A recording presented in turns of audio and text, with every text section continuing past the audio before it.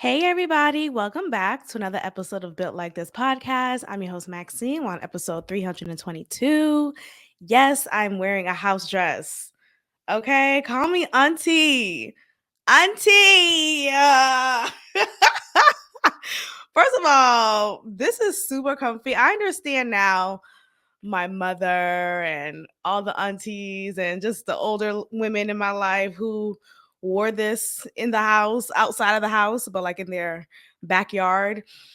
This is so comfy. And honestly, I feel like as I get older, I am tapping more into who I was raised to become, if that makes any sense. So I grew up in the church, as you all know, and we were raised to wear skirts and just be women, be feminine women. And typically, whenever you get outside of that sphere of that world or that sphere or whatever, you rebel and you want to act like the world and you want to blend in with society. And then you finally realize society is a lie. Like everything's a lie. And you are supposed to be how you're naturally are. Like what I'm saying is, I think sometimes we get so caught up in trying to please these external factors instead of just tapping into who we are naturally. And all in all I'm saying is just be a lady. Just be a lady, flaunt your ladiness, be your natural self. Is all about that. So wearing my house dress and wearing skirts more and dresses more, I love it. Like I'm a woman. Hello. So yes, here I am at this time with you all wearing this, and I still feel fine as. And honestly, I'm to a point where I don't even like wearing tight clothes. I like loose clothes. I used to wear bodycon type of dresses, and after a while, it's like, why am I suffocating my body into this outfit? Just for what? For what? Why am I shaving my underarms? For what?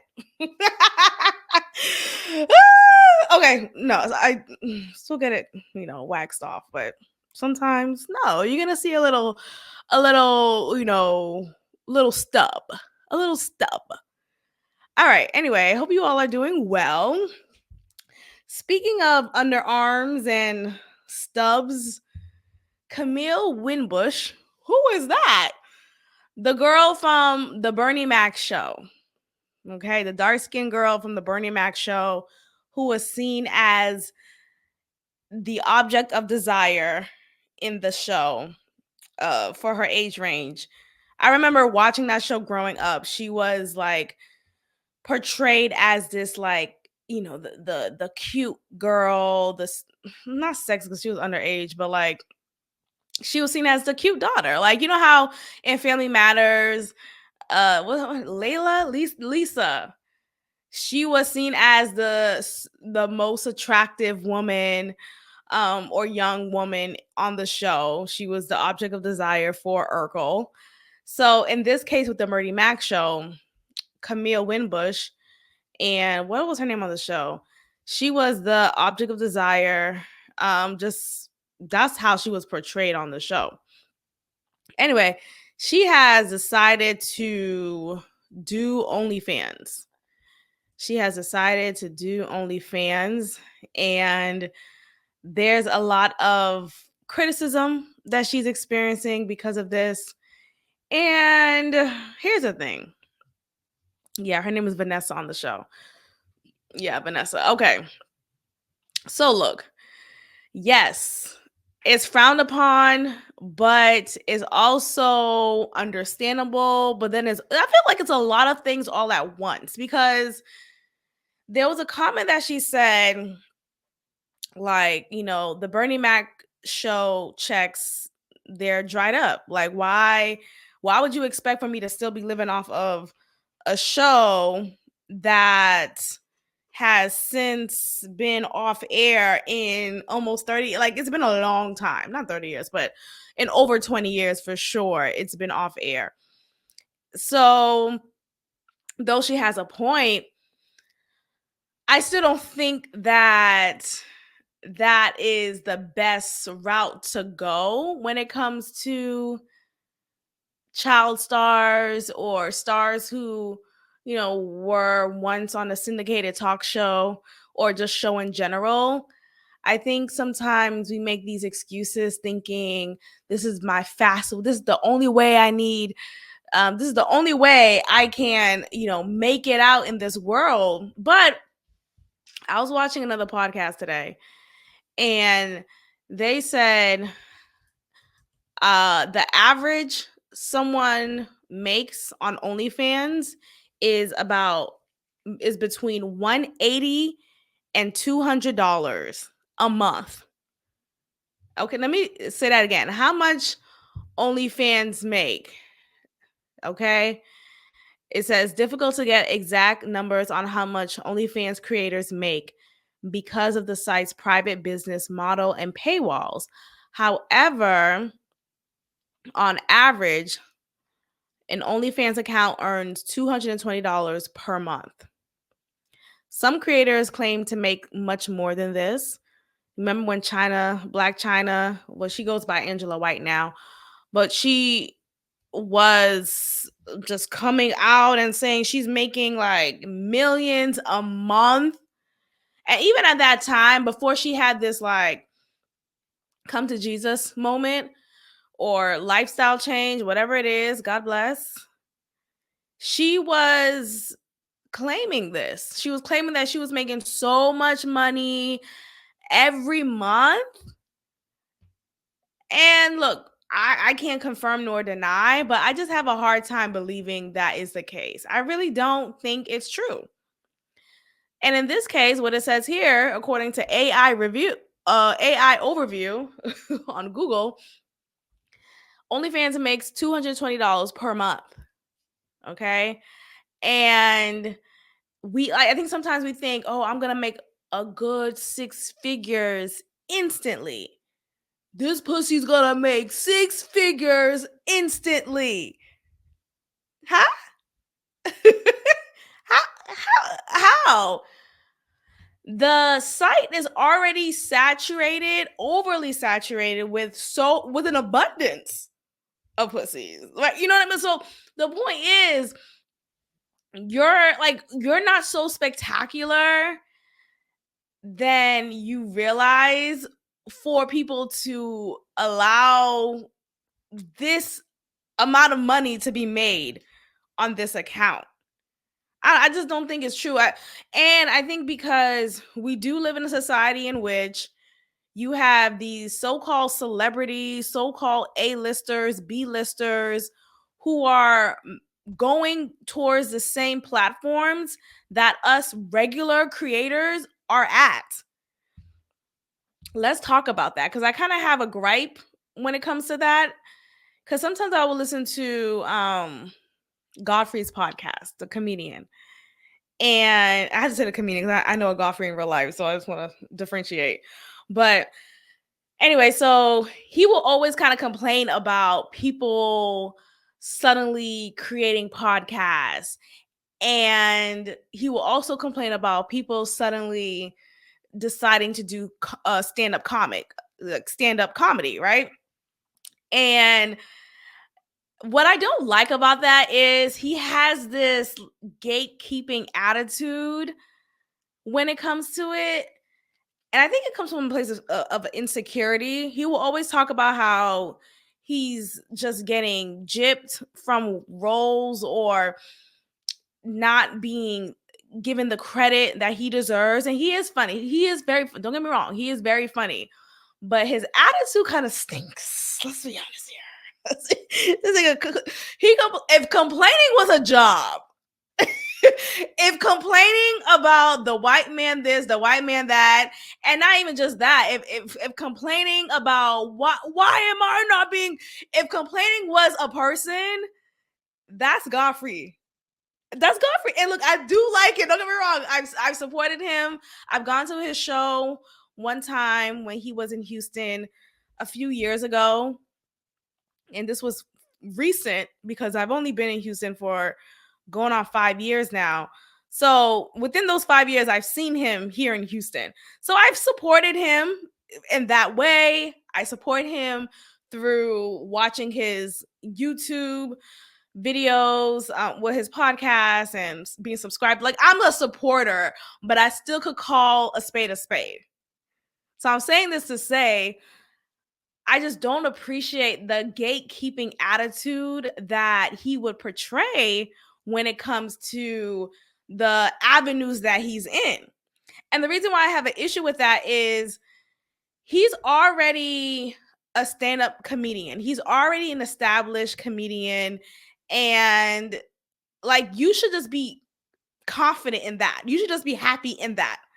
Yet you're getting mad at or feeling like others should not even think about entering your arena, when it's like, what are you, the bouncer for stand-up comedy? Are you the bouncer for podcasting? Like, he will also say, like, ever since literally the podcast that I just listened to of his that just came out today, he was like, oh, ever since people got access to microphones, they think that they could just create a podcast. And he's like, I'm really in this shit. It's like, okay. Like, nigga, relax. Like, someone creating a podcast should not have anything to do with yours.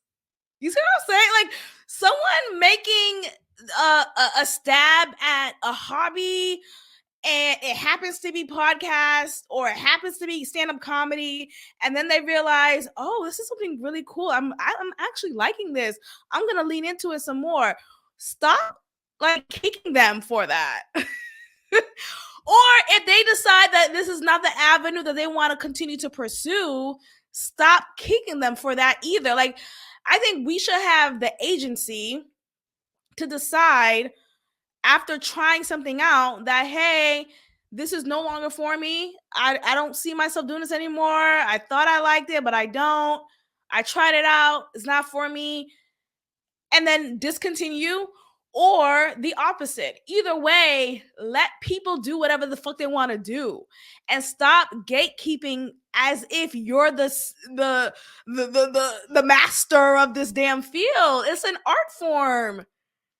It grinds my gears every time he would mention that.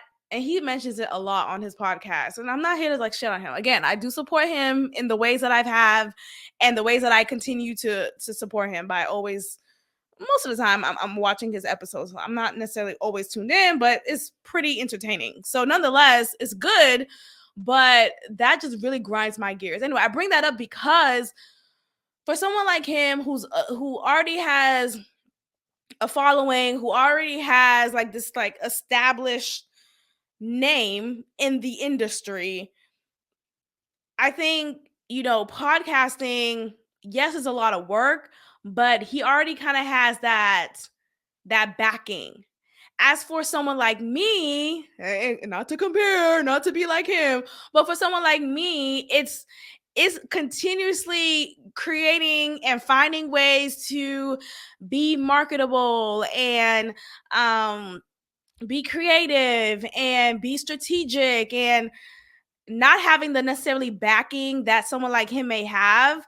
It's a different ball game. The point is, you have some of these celebrities, and I know comedians don't like to say that they're celebrities, but okay, so let's categorize them in different spaces. But you have celebrities, you have comedians, you have these people in the same pool as us regular folks. Right? So of course it's going to be difficult for the regular folks to get a stab at making at least $5,000 extra on this little podcast that I'm on, right? On this little mic that I'm using, Godfrey. Anyway, the point is,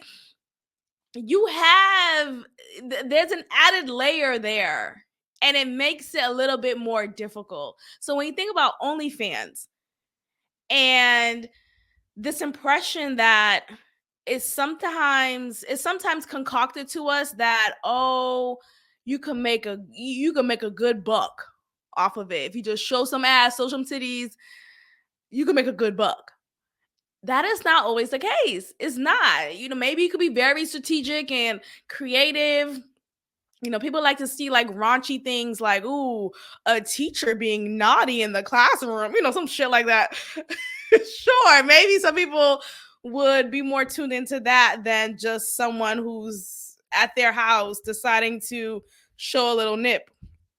The point is, it's not as easy as it is portrayed, and it's definitely not as easy as it may be and probably is for someone who already is a celebrity.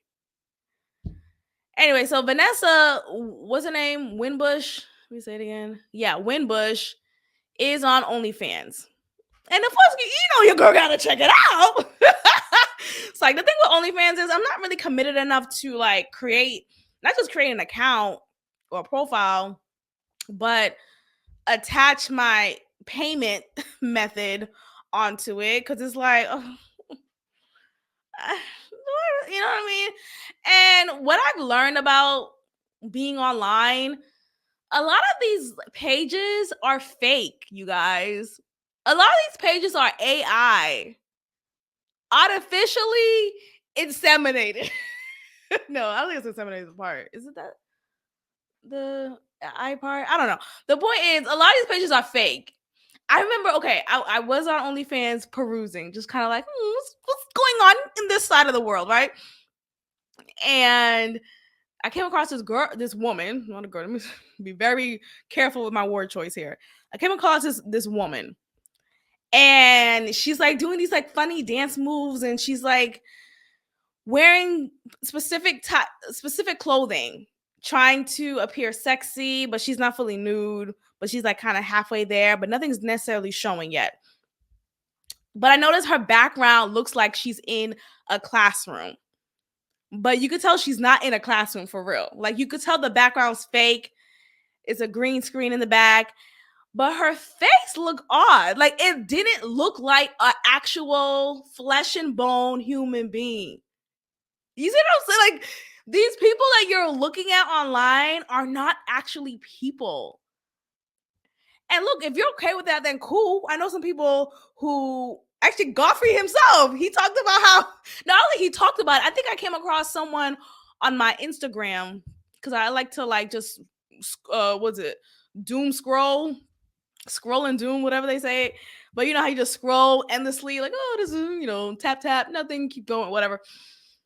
And I came across this page of this carefree young Black woman who looks culturally ambiguous, racially ambiguous, but she's like conventionally attractive. And I was looking through her profile, and you know how you look at different posts and it tells you who of your friends like the photo. Which I feel like is so fucked up. It's so messed up of Instagram. Like, first of all, mind your business. That's why you gotta be very careful what you like. Do you want other people to see that? But anyway, the point is, I saw Godfrey liked, I'm not even putting his business, I swear, there's no beef. I know he gets like super sensitive. So please don't fight me. Don't fight me. And he would definitely yell. Like, he's a yell. I understand why he doesn't. Maybe not. Because whatever I'm about to say may cause him to get mad. Nonetheless, I saw him like one of the women's that woman's picture. Come to find out, she's AI. She's not a real person. How did I figure that out? I read her bio.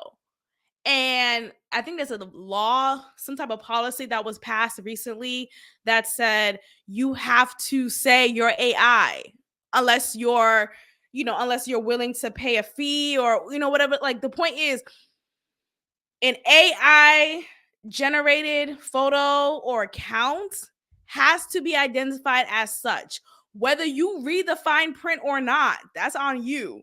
But if you don't read it, then you're fooled, you're bamboozled. But if you do read it, then you know that, okay, this profile that I'm liking is not of a real person.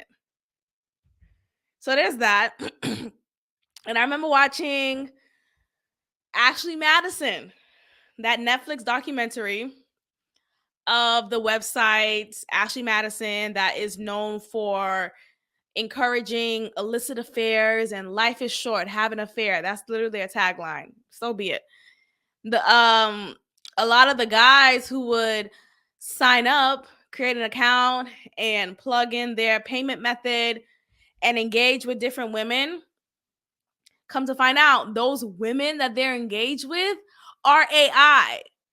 The documentary literally revealed all of them, if not all, most of the accounts, of the female accounts that were engaging with these real men who created an account to have an illicit affair were not of flesh and bone. You know, that's the shocker part. Like, wait, what? You have these men out here who got hacked, their accounts got hacked, their lives were destroyed, all because of an AI. It's wild. It's like it's a dangerous world out here. You know, you gotta watch out for the trans. You gotta watch out for the AIs. You gotta hockey stick your way out of it. You know, unless you're about that life and you know don't mind, then that's on you. But the point is, these things aren't real. Okay, so anyway, back to OnlyFans. What was I gonna say about it? So yeah, when I saw that woman on OnlyFans, she was maybe I shouldn't say OnlyFans anymore because I'm on YouTube. That was just okay. I'm gonna say OF. I'm gonna say OF, and y'all know what I'm talking about. I'm trying to get monetized. At some point, I'm trying to get monetized. Okay, my subscriber count has stalled a little bit. What's going on?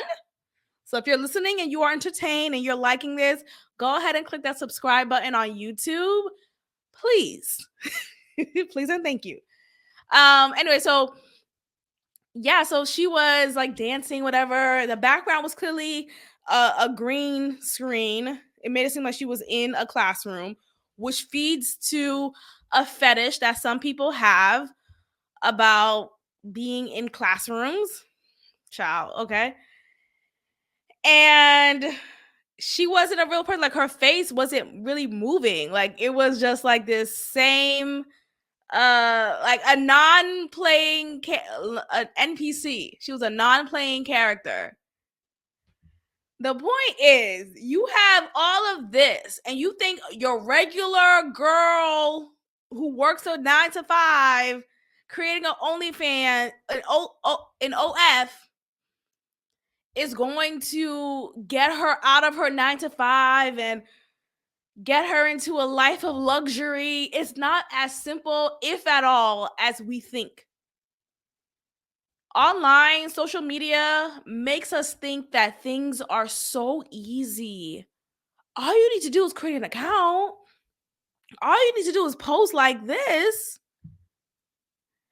It's really not that easy, y'all. I mean, is it worth it?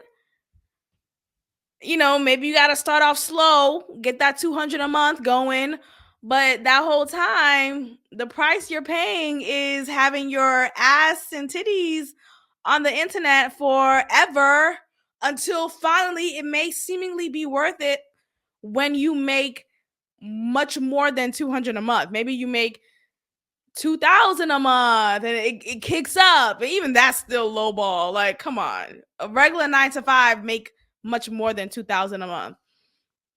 Anyway, so not Vanessa. Well, but that's her name on the Bernie Mac show. She decided to go on OnlyFans. OF, my bad. She decided to go on OF, and she says, "Look, quote, I'm not doing anything sexually explicit. You can see more on Instagram or Twitter or on a runway than what I'm showing. So it's not as scandalous as people assume it is." And yes, your girl wanted to see what was going on. So there's an actual, I didn't have to go on OF to find these non-explicit pictures that she showed. I don't know, she actually is posting videos too, but it's just her bending over. You see a little bit of her ass. You don't see like her pussy from that bend over. What else? You don't really see her. Yeah, I don't see, like, she's not nude at all, actually. She really isn't nude at all. And this quote is actually a good point. It's a good point because you do see more on Instagram and on X. Did we talk about Elon Musk deciding that it is totally okay to have consensual, I'm not going to say the word, y'all know what I mean, imagery and videos on X? And what's funny about that is that's been on X, formerly known as Twitter, for a long time now. Like, if you wanted to find something, there was a whole hashtag. I don't know if it's still a thing anymore, but Twitter After Dark was the hashtag if you wanted to see some things. So there's been a cesspool of imagery and video. So that's been a thing. But I think Elon Musk just wanted to make that more legalized, or, hey, this is completely fine now. Like, he wanted to stamp it for real. And so that's what he did. So yeah, so she does make a good point. When you go on X and even Instagram, I know Instagram necessarily doesn't have policy set in place. I know they have a community guidelines. You know, that always posts community guidelines. So you can't actually post nude imagery of yourself, but you could post close to it, very close to it. You could post yourself in very creative poses, to say the least, and put two and two together. You know what I mean? So nonetheless, it's being done. It's being done. But she says here herself that she is just doing minimal nudity. So if that's what you're expecting, sorry, not sorry to disappoint. Meaning if you wanted anything more than that, sorry, not sorry, is what she's saying. She says here also that people that are outside of the acting world have no place to speak on it. She said that she starred in the show 20 years ago when she was 12 years old. Oh my gosh, she's only 32? That's cool. So yeah, she says she also worked 9 to 5s and owned an ice cream shop for 3 years as a teenager that was funded with her own money. Furthermore, she stated that she taught gymnastics to kids where she earned $11, $12 per hour. If I can find a way to make enough to buy a home from the comfort and safety of my own living room, why wouldn't I do that? People have insinuated sex on camera. How is it any different because it's a different platform? She shared that her parents and friends have been supportive. However, some family members have criticized her decision. One relative asked if she needed a good therapist. That's funny. Yeah, I think I would be so caught up in, like, if I was in her position, I would be so caught up in, like, just the fear of any of my relatives seeing me in that light. I don't know. That just freaks me out. Because sometimes, you know how you get on when you start watching, you get in the mood of wanting to, rub one off real quick.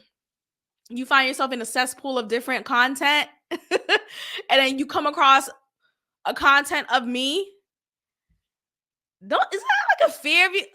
No one ever thought like that. Like, oh, if I was a star and someone who happens to be related to me comes across my content, yeah, I would be freaked out. I would just quit. I'll just quit the face of the earth. And who wants to watch content where your face is blurred out? That's what I would think. I'm like, oh, well, if I ever were, which I wouldn't. I know I like playing around with it, y'all, just like talking shit. But I wouldn't. But the point is, sometimes you think, oh, if I would, I'll cover my face. I'll wear a mask. I'll blur my face, do some post edit. Who's watching that shit? I wouldn't watch it. So why would I do something that I wouldn't watch? You see what I'm saying? Anyway, so yeah, here is what she's saying. Let me go ahead and just play this clip real quick. But I think here's the thing. The thing is with stuff like that, why, like, okay, sure. She says she worked regular job. She created her own ice cream shop when she was a teen. She's talking about stuff that she did when she was a teenager. Ma'am, you are 32 now, and you're talking about what you opened as a teenager. How long did the business last? Like, what are we talking about? Honestly, she could have gone back to school. She could have earned another degree if she didn't have one already. She could have added on to it. She could have learned a trade. She could have, like, there are other avenues. And you mean to tell me you decided to create an OF page and you're not even showing ass and titties? Huh? Girl. Anyway, the point is, it's now kind of going into it. She's like, okay, girl, I see you. What we doing? How has OnlyFans kind of like played in terms of like career wise? Has it like helped sustain you? That was a large part of the energy that I saw people throwing at you, like, oh, you don't need the money, or did she go broke? How do you respond to that criticism? Okay. Well, people that are outside of the acting world have no place to speak on it. When people are saying, oh, those Bernie Mac checks must have dried up, or like from a job 20 years ago when I was a 12-year-old. Yeah, like duh. Because we think the residuals are still coming. okay. Yeah. So I don't care anymore. Let me move on to this part because I just saw a link that intrigued me. Karuchi Tran defends creating an OF page. Huh? I didn't know she did one. When did this came out? This was 3 months ago. Okay. Fairly recent though. She says she joined OF, but has already had to defend her decision to do so. She said the actress stated she is not in financial trouble. It's just a smart play. What exactly is the play? Tran is selling photos of her feet. Got it. Anyway, whatever, child. To each their own. I mean, it's your body, your choice, right? I do support people doing whatever they feel they need to do. But my point is, like, I'm just laughing at the fact that this seems to be the only option in her head. I'm going back to Camille Winbush here. Camille Winbush. You know, and I just feel like it's not, if you're going to go for it. Don't just give me a little, this is a little bit of my ass. Oh, I'm showing a little bit of ass here. And you're not even showing your whole ass. You're not dropping it low. What are we doing? Look, I'm the type of person, if we're going to do it, we're going to do it. If we're going to change our life, we're going to change our life. if we're gonna move, we're gonna move. You know, we're not gonna visit every so often. No, we're gonna buy a house. What are we? Hello. But yeah, there she goes.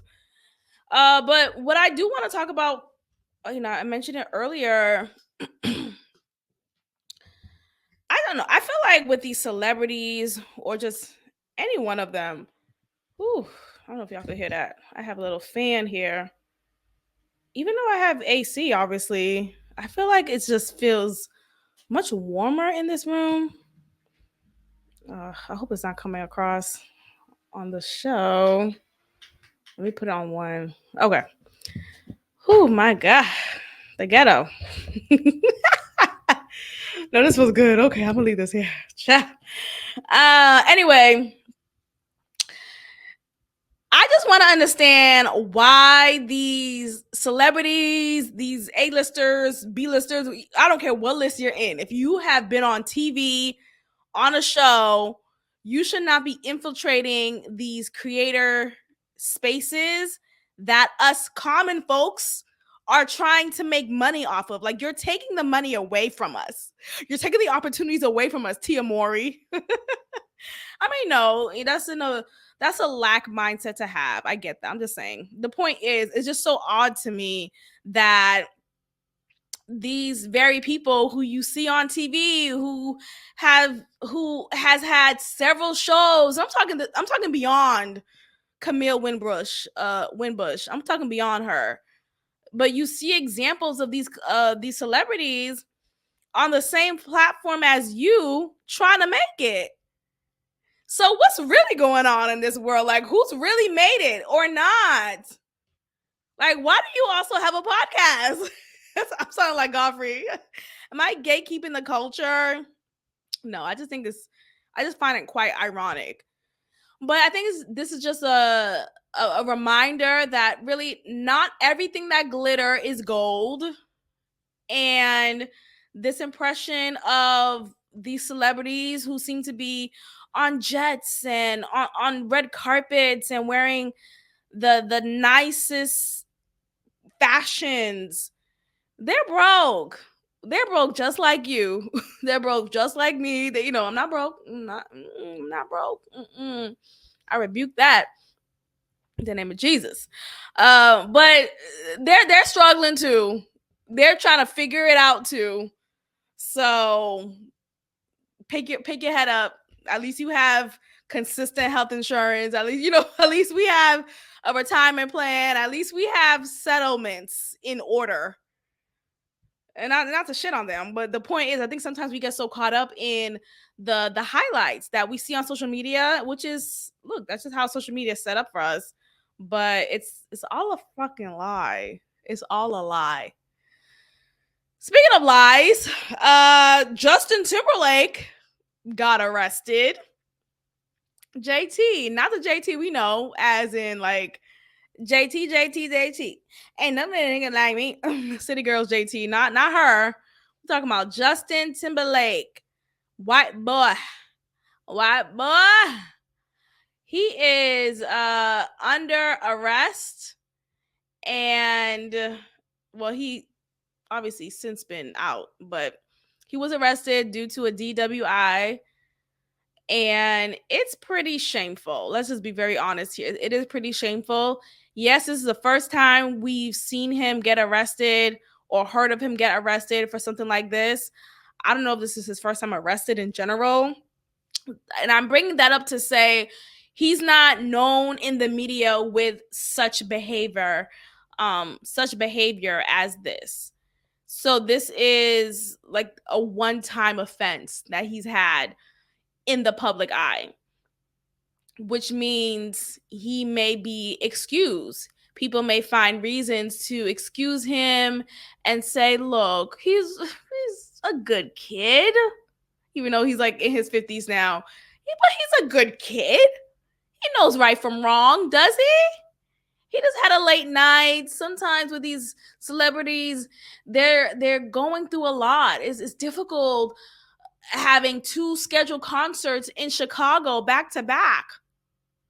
Because apparently, Justin Timberlake was arrested for driving under influence in Hamptons, New York, ahead of his 2 scheduled concerts in Chicago. Okay, what does that mean? What is that supposed to mean? Oh, because he has 2 scheduled concerts coming up. That's why he got shit-faced and decided to get behind the wheel? Ciao. So anyway, so he was arraigned on charges of driving while intoxicated. This was soon before his concert dates, and tickets still remain on sale.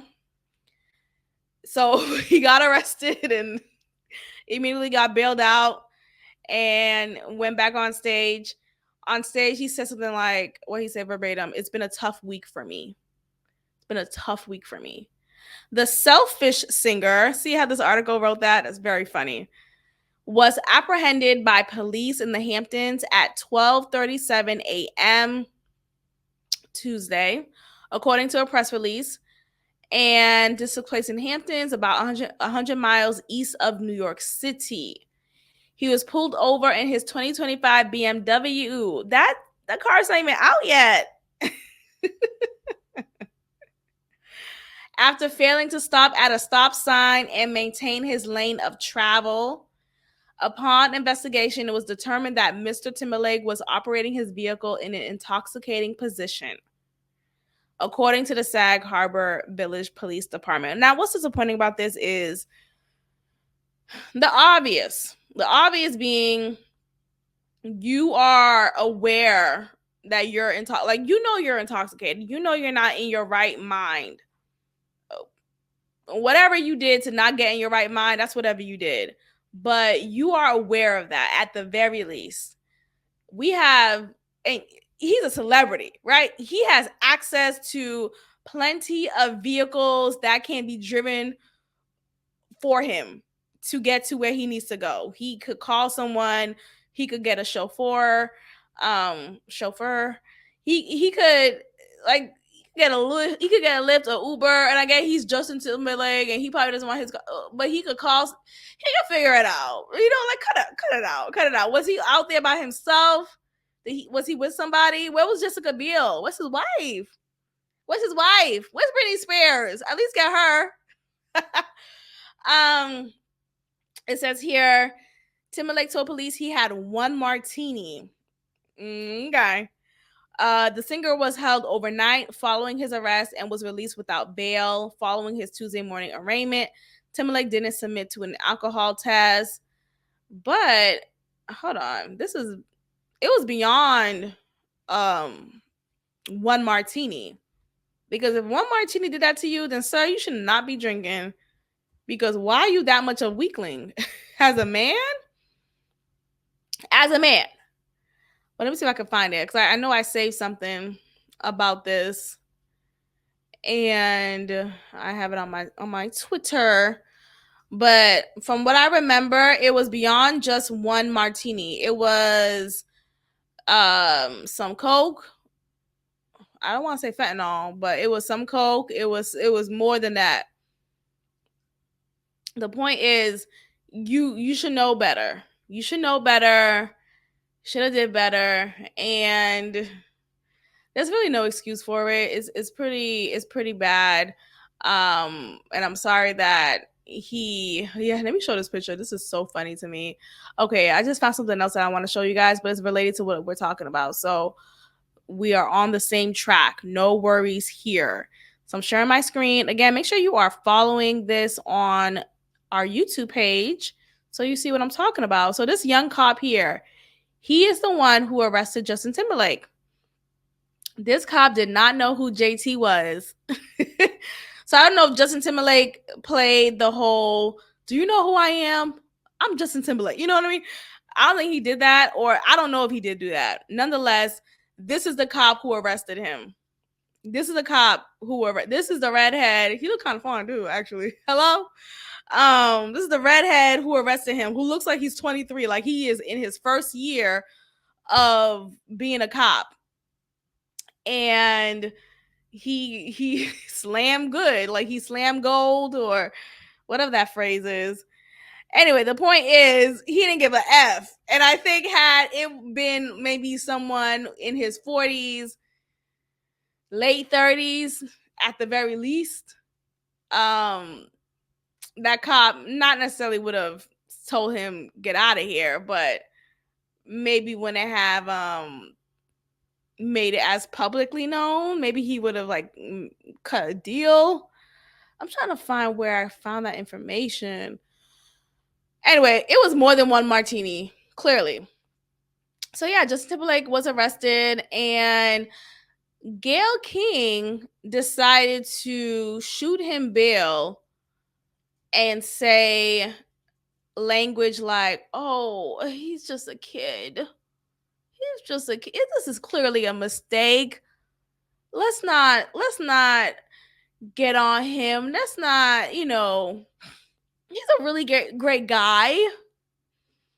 So, quote, she says, Justin Timberlake is a really, really great guy. Listen, this was clearly a mistake. I bet nobody knows it more than he.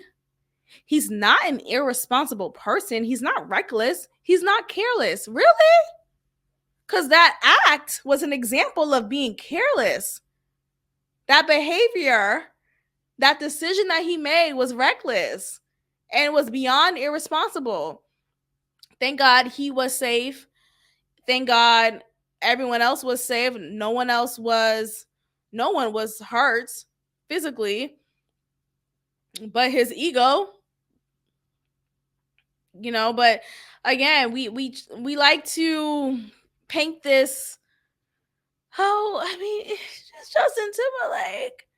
And sure, yes, it could be because this is the first offense that we see of him in the public eye. But I know a lot of Black people are still mad about Justin not having Janet Jackson's back from that time at the Super Bowl.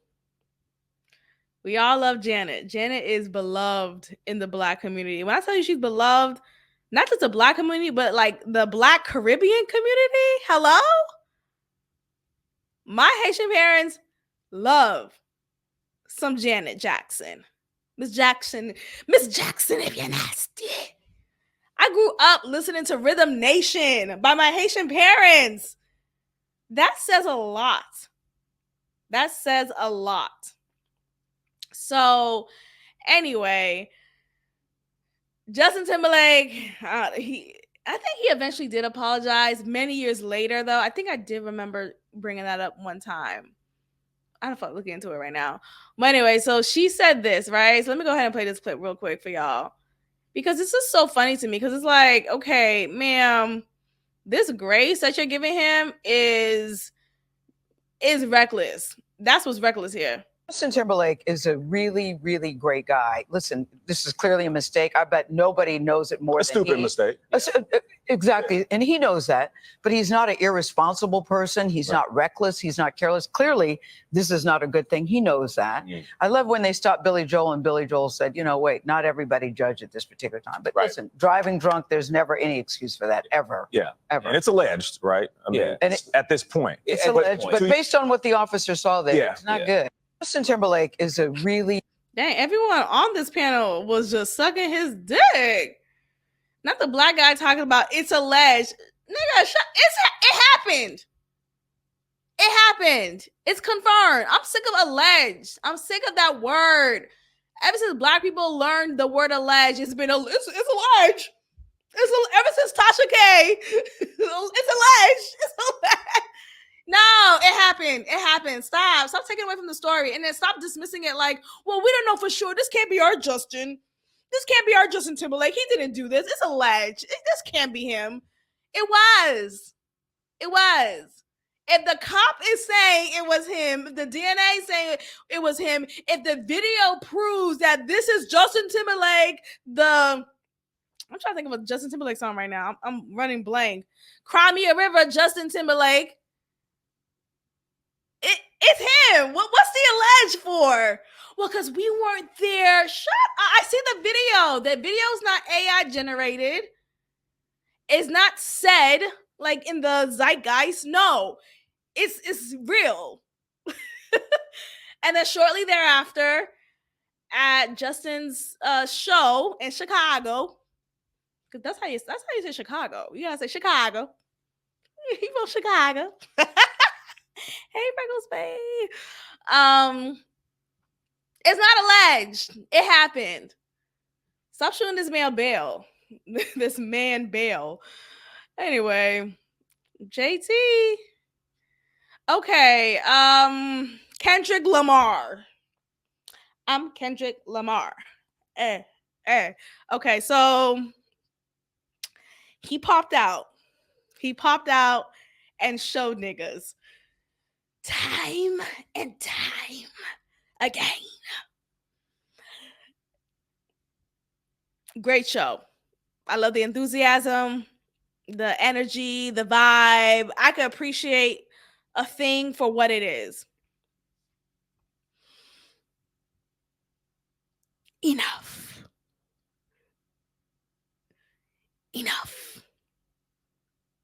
Enough now.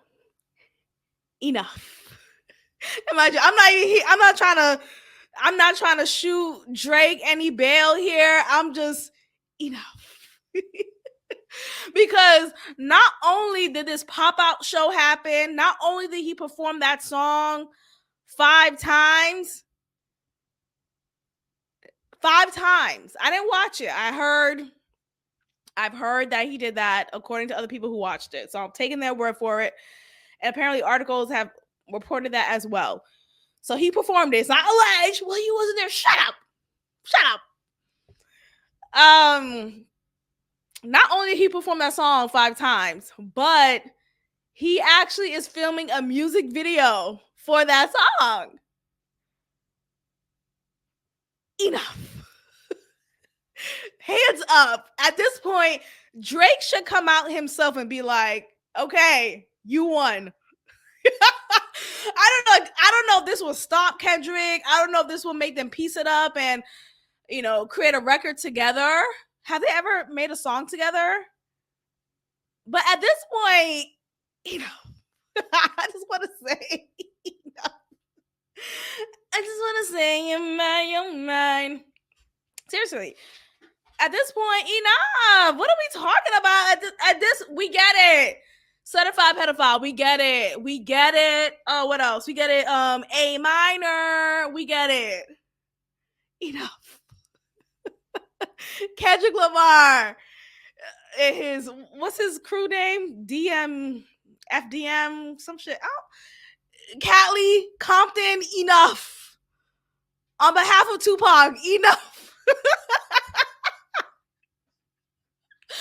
God. I love doing that sound. That's so funny to me. I don't know where I got it from. I'll just be like, God. Enough. I could just talk to myself all day. I'm good. Okay, but shout out to you guys for listening, though. I really appreciate that. Tell a friend to tell a friend. That'll be great. But yeah, so he popped out and showed niggas. He had many Californians, West Side, at the show. And it seemed to be at an arena. People flew in. Like, I was, you guys know I'm a Joe Venger. Joe Budden podcast listener, watcher, all of that, supporter. Y'all can never make me hate him. You know how people, I remember watching this, I followed this woman on Instagram. She's like this Caribbean fitness plan, and she's really big on decolonizing the foods that we eat, thinking about how we've been structured to believe that ethnic foods aren't healthy for us. And she's here to deconstruct that. And it's very enlightening. Like, I'm learning so much from her page. Anyway, she's a big Amanda Seales fan. Y'all know how I feel about Amanda Seales. At this point, enough. I'm not talking about her anymore, at least in a long time. I'm not going to talk about her for some time. But she says that they're never going to make me hate you. They're never going to make me hate you. Talking about Amanda Seales. That's exactly how I feel about Joe Budden. I don't care how many allegations these women from the past talk about he sat on their stomach. I love Joe Budden. Enough. Okay, I remember I bought shows and went to see him live years ago when I was still living in Boston and when he was still with Rory and Mal. Would I go to another Joe Budden podcast show? I feel like it's weird. Not weird in a sense, like, seeing him in live. But I just think, podcast is separated from, I don't want to say real life, but like it kind of changes the illusion of them because it's like, oh wait, you're right in front of me. As for when you're listening to it, it's an intimate, listening experience. Like I'm in your ear right now. And then coming to a concert or a live show, it just feels the intimacy lacks somehow. So once I went to that one show, I realized, I don't think I'm gonna go to a podcast show live anymore. It just didn't feel like I'm good being behind. I'm good being at my home or, running errands or at work, because I'm typically listening to it while I'm at work. I'm fine with being with y'all there. Or if I happen to be walking around and y'all at the festival, and let it be organic, but I'm not sitting down watching y'all talk when I could do that at the comfort of my own humble abode. Anyway, so Kendrick Lamar popped out and show niggas at this concert. He brought out so many people. So many people came out to his show in support of him, in support of his lashing of Drake. Look, I support that. I get it. He absolutely won. Academics, he won. Let's be honest here. And Drake was not the underdog. I kind of get the argument that Academics was saying about Drake being the underdog here. And even Ish saying that, because of how many people came against Drake during this battle. You got Rick Ross fat ass trying to talk like, sir, ain't nobody trying to hear you, Otis. Ugh, so annoying.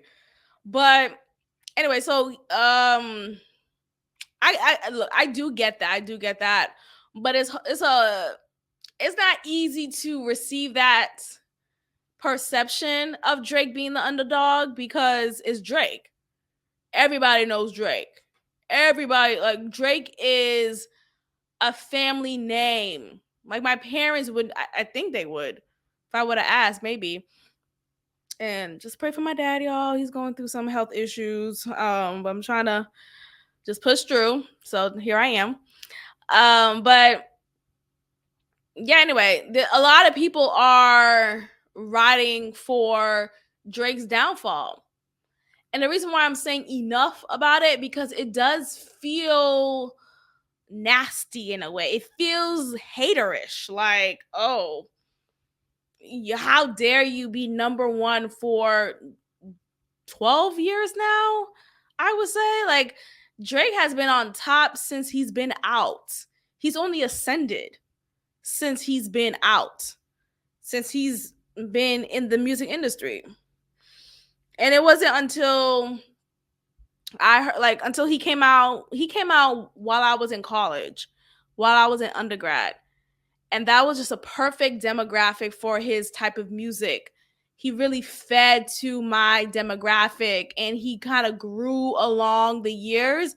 And I'm sure maybe it's different now, but it was just a vibe then. It's a vibe that I feel like his music in particular, when he started off in the industry, was specifically for college students. And I just happened to be a college student at the time, so it just worked out. It was a beautiful time to be a Drake fan, or to learn about Drake at the time. It was just, the vibe was good times. Anyway, nonetheless, he's ascended. His stardom has ascended, has transcended beyond music. He's likable. He's funny. He's a good actor. He's a great host. I think he was on SNL as well. He's so many things. He's like lighthearted. He's funny. Like, he's so many great attributes that would make anyone feel comfortable. But since this beef, quote unquote, and I'm not saying as if I don't believe it, but like this music beef, at least, I don't know if it's beyond. It seems like it could be beyond that. The way that Kendrick laid it out for him, he comes off very personal. Since this beef, Drake has been revealed to be a nasty person behind the scenes, or, an alleged, I'll say alleged, but alleged pedophile, or someone who does bad business, who would snake his friends, who would take advantage of the newcomers in the music industry, and would purposely get on their track so that he could continue to be relevant. And that's a business move. I mean, can we be mad at that? I don't know. I don't think so.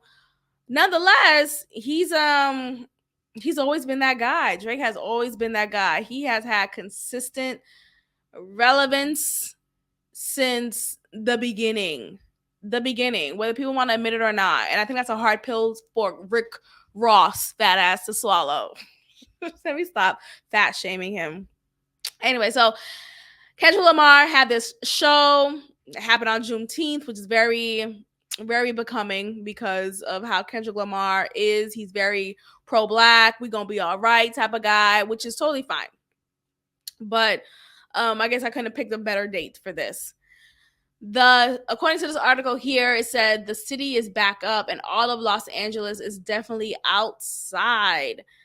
So when he hosted this special one night only Juneteenth concert at Inglewood's Kia Forum, he had some friends along with him. Mind you, the show was called The Pop-Out, Ken and Friends. So it was assumed that he would have some friends with him, some musical friends with him. But the ensemble of people that came out, not only on stage, but in the audience celebrating with him, was beyond just a few of his niggas type of thing. It was an ensemble for sure. Let's see. Dr. Dre, LeBron James, Lauren London, YG Tyler, The Creator, Roddy Ricch, J Rock, Absol, Ty Dolla $ign, Dom Kennedy, Russell Wilson. Did I say Russell Wilson? My bad. Russell Westbrook, Schoolboy Q, Steve Lacy, Mustard, Tommy the Clown, and Dr. Dre. Like I said, right? So Dr. Dre is an interesting pick here. Not interesting as if he doesn't belong here, because sure he does, right? If you want to think about West Coast, you think about Dre, think about Pac, but obviously he's not here. But you think about these people who have made West Coast rap what it is. And Dr. Dre is one of the forefathers when it comes to that. The interesting thing about him being there is Dr. Dre has had very salacious allegations that were proven to be true. Let's just keep it a buck. That were proven to be true. Some of them at least, of him being an abuser, of him being someone who would take you out of your will sexually, if you know what I mean. And there is a long documented history of him being physically violent against women. These women we know as women from the industry. Michelle A, y'all remember her, an R&B singer who was his ex-girlfriend. She talked about her experience, her relationship with him, and how he used to beat the dog shit out of her.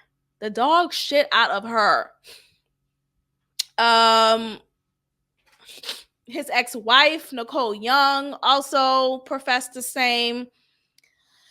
Nonetheless, he has a history that is muddy himself, very muddy.